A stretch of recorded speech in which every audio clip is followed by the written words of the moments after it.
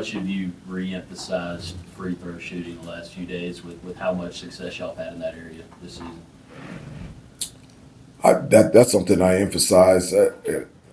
In what particular area in terms of getting to the free throw line? They're coming off 11 attempts at Cuse. Yeah, no, it's 4 out of the last 5 games we've taken more threes than free throws. That's just not going to work. That's something that I emphasize every day, whether it's practice or a game. That we want to dominate points in the paint through post penetration, offensive rebound. We want to live in the paint, live at the free throw line, and so. For us, we've gotten to the free throw line more than anybody in the ACC because of our persistence to attack the basket and get to the paint. That's a big key for us offensively. It's a big key for us in our success. And so that's something that has to change and that we have to get back to. Jaylen Withers went through a stretch where he was getting increased minutes in the beginning of January and was pretty productive. His time since has dropped. The other night he actually had a little bit of production. What does he have to do to get back to the kind of minutes he was getting in the middle part of January? Well, I mean, Jay Witt has just continued to get better. He had a really good practice yesterday. His ability, versatility on both ends of the floor is something that is just needed. His ability to guard multiple positions defensively because of his length and his athleticism, rebounding, being able to run the floor.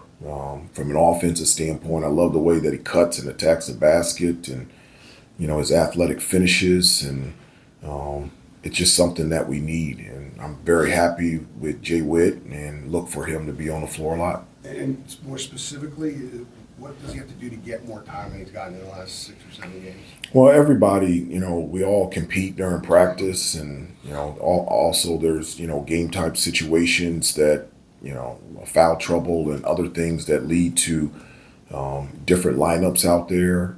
I think one of the things that I love about this group is when your number is called, they've been ready. And I've said that, you don't know when, where, how, and the manner in which your number will be called, but when it's called, your job and your responsibility is to be ready. And every time any one of the guys' numbers have been called, they've been ready, including Jay Witt all season. Hubert, what do you attribute some of the last couple games, even the games you won, like at Miami, your finishes weren't the greatest? Finishes around the basket? Finishes down the stretch of the game. Down the stretch, yeah. Yeah. What do you attribute that to? Do you think, it's a long season, there's challenges everywhere in the schedule. Do you think some of that may be fatigue? There's been a lot of travel, a lot of games. Do you attribute some of those not the greatest finishes to games to maybe some tired legs? Well, I think, it is a long season. And, one of the things that I've told them that, you have to enjoy how hard it is to individually and as a team to be successful. If it was easy, everybody would do it. And, you've got travel, you've got classes, you've got practice, you've got games, there's a number of things going on. To me, those are factors, but it's not a factor of down the stretch being able to execute what you need to do on both ends of the floor. Just because we traveled to Miami and to Syracuse doesn't stop us from boxing out and talking on defense and, taking care of the basketball, getting to the free throw line, making free throws. I don't think those contribute at all. I think just down the stretch, in some games over the last couple of weeks, the discipline and details, the little small things that you have to have consistently in order to finish games, just hasn't been there. And that's something that we have to return to. So those have been more like an individual basis, game by game, as opposed to maybe a common thread linking. I would think so. I do, yeah. Hubert, aside from experience, what stands out to you about Virginia Tech's guard tandem? There's a number of things. They're terrific players, experienced. It's not just their ability to be able to shoot and score, but they're basketball players. The way that they distribute, handle the basketball, set screens. They're been successful throughout their career because they check a number of the boxes. They're also impactful on the defensive end, and the way that they. How hard they play on every possession on both ends of the floor is something that that they've consistently done throughout their career, and that's why they're accomplished players. Hubert, obviously Syracuse shot it at a really high clip. I guess when you kind of looked at the film and kind of reviewed things and things like that, was there anything in particular you thought could have been, I guess, sharper on the defensive? I think some guys mentioned ball screen coverage or whatever. Like, what did you kind of notice? No, we just weren't. They, in regards to Syracuse, they just didn't feel us on the defensive end. Our presence on the ball wasn't good. It wasn't impactful. They were catching the ball where they wanted to. They were able to. They took it to us in the lane, and they've got athletic and big guards. But I just felt like in order to play defense, you have to have a defensive presence, a physical presence, whether on the ball or off the ball. And just, for most of the game, we didn't have that. And that's something that I think we've consistently done throughout the year, that something that we have to get back to, because, our success this year, and our guys clearly understand and know this, it starts with defense. And then it goes to rebounding, and then it goes to taking care of the basketball. And then if you can check those three boxes, the offense will take care of itself. And I feel like offensively, we can score, but it's got to start with us defensively. Adding to what Adam was asking about late game, the Clemson game, you guys tied it at 17 and turned it over the next three possessions. Yeah. The other night, you had the ball down 4 late, and then had 4 turnovers over the last couple of minutes. How do you address that? How do you fix what needs fixing in those situations when it's not been one possession, but it's been multiple possessions? Well, I think there's a number of things. One, I always say, and got this from Coach Smith, a mistake is good when you recognize it, admit it, learn from it, and grow from it. And so, being able to watch tape and being able to see it, address it, talk about it, be able to practice it, and practice every day. Every time that we practice a 3-minute down the stretch in different situations, and getting them to understand how important it is, not just in the last minutes of the game, but the entire game, but specifically the last 3 or 4 minutes, how important it is to not have those turnovers, not have a missed box out, not have a late shot clock foul where you're putting them on the free throw line, just getting loose balls, not getting the ball taken from you, just different stuff like that, and how that plays a part in our success, and also highlighting where we have done that and how it has contributed to our success this year. So being able to see it from both sides, and hopeful that we can learn from it and understand it and grow from it. Hubert, what is the mood like around the team? Does it seem like they put the Syracuse loss behind them and are sort of mentally over it? I don't know in terms of a mood. We play Virginia Tech tomorrow. Our eyes are on Virginia Tech, and so as I said before, and I've said this a number of times, whether something good or happens or bad happens, it's how you react and how you respond. So you have a choice to, if something doesn't go your way, you can whine and complain, make excuses, point fingers, look back, or you can get back up and move forward and join the fight. And so this group has always done that, and that's what we'll do tomorrow. Hubert, what do you see from Tyler Nickell when you turn on the Virginia Tech film compared to when you saw him in the UNC uniform? Like, what kind of player has he become this season? Just the film that I've only seen is in preparation to Virginia Tech, and I'm very proud of T. Nick and his success that he's had at Virginia Tech, and that's something that really brings me joy to my heart. I want every kid to have an unbelievable college experience, and I'm glad that he's having a really good year for him. Hubert, I have an offense question, sort of a big picture about how offenses are evolving in college, at the college level. You played under one Hall of Famer, and then you returned to the game many years later to the college level under another Hall of Famer. How different does the game feel in terms of sophistication in the way you're defending offenses and what you see from opposing offenses, night in and night out? Well, the game is completely different. When I was here at Carolina or in the NBA, it was you had 2 big bigs and you threw the ball into the post, and then they threw it back out to me, and my job was to throw it right back into the post. And if they threw it back out to me, and it was late shot clock, maybe I could shoot to three, you know, and I can't remember a time here at Carolina when I played that we ever talked about ball screen defense, DHO, Chicago action, delay, zoom. I never talked about that. Only thing we talked about was screens and post play. So things are different and have evolved, and it's important to stick to the foundation of as a player and as a program of who you are and what allows you to be successful. But it's also important to change and to tweak and to pivot and to alter to the way basketball is being played, and it is being played differently. But at the end of the day, you got to defend, you got to rebound, you got to take care of the basketball. So it doesn't matter if you've got DHOs and ball screens and Spain actions and rubs and all kinds of stuff. Can you defend? Can you rebound? Can you take care of the basketball? Can you make free throws? And can you shoot?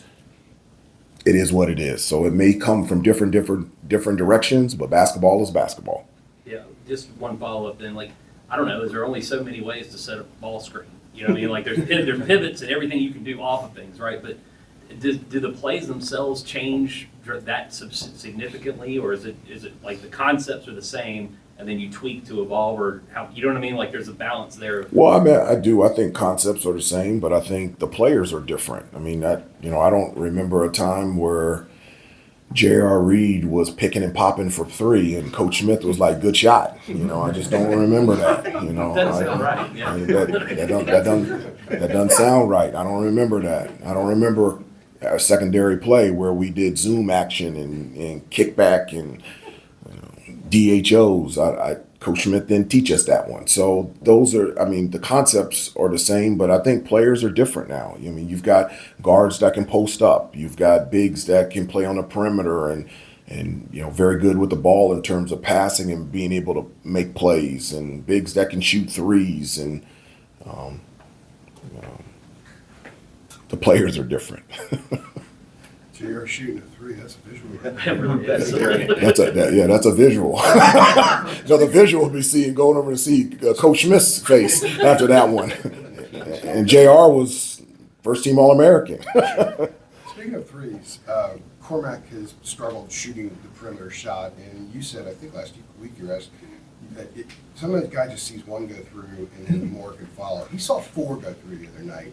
How big was that for him to see those four go through? And do you think that could be a fork in the road game that maybe he approaches, maybe isn't affected psychologically with the shots like some guys are? Well, I do think it's important to see the ball go in, and that gives you confidence. And you're right, Cormac hit 4 threes and had success shooting the ball from the perimeter. Cormac's always been, a really confident player. And, one of the things that I've said this before, not just I just stick up for him, but for anybody. He's a basketball player. I know I get questions about shooting, but his value to the team is so much more than just shooting the basketball. The reason that I wanted him at Carolina is because I wanted him the player, not just a shooter. And I'm sensitive to that because, during my career, people would say shooter, and I always wanted to be somebody that, that I can do other things. And Cormac brings so much to the table. He has so much in the bag in terms of his leadership, defense, toughness, passing, shooting, other things that he brings to the table that has been of great value to us and allowed us to be successful this year. Have time for a few more. Hubert, the other night when Syracuse went into that zone, you guys actually had Elliott kind of in the middle there. He got a few assists out of there as well. Yeah, 9. Yeah. Not every day you see a guard in the middle of a zone, I guess. But what did you guys see there that you liked to where you kind of put him in that? Well, he's gifted in terms of distributing, and that when you against a zone, that's a playmaking position to be. And so, that being said, it'd be nice to have a really good playmaker in that spot. And so, putting him there in the middle of the zone just allowed our shooters to be able to be spaced. Armando to work around the basket, from short corner to short corner, and I felt like we got good shots. with Elliott in the middle there. Hubert, in terms of like stated team goals that you guys have when you start a season, is I haven't even cracked the You haven't joke even yet. hit the punchline yet. I realize that's On February 17th, we want to be 11-3 in ACC and right. Okay, let 19-6. me tweet that real quick. We put that on the wall in August. What I'm saying is an ACC regular season title one of those stated team goals? That's important. That It's important. that you said, It's important. and It's you know, it important. looks like it's going to be a close finish coming down the stretch. It's important. It means something. Yeah. It means something to us. It means something to this program. And I let the guys know that. It's been since 2019, since I think we were co-champions with Virginia. It's the last Correct. time that regular season, and 17 was your outright. 17 was outright. Coach Page's senior year, and it means something. It means a great deal to us.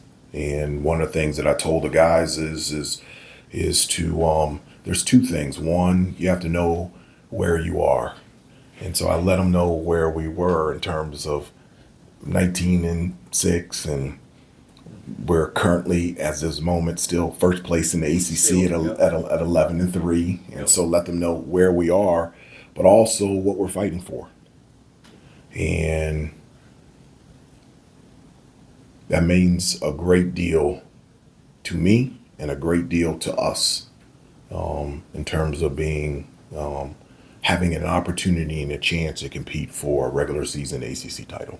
Time for one more. Did you have to reinforce that after the losses to Syracuse and Clemson to let them know just because you guys were in the position that you were in going into February, you still got to go out there and earn it? No, I mean, it's not reinforced. I mean, you know, as experienced as our group is, they've never been in this position before.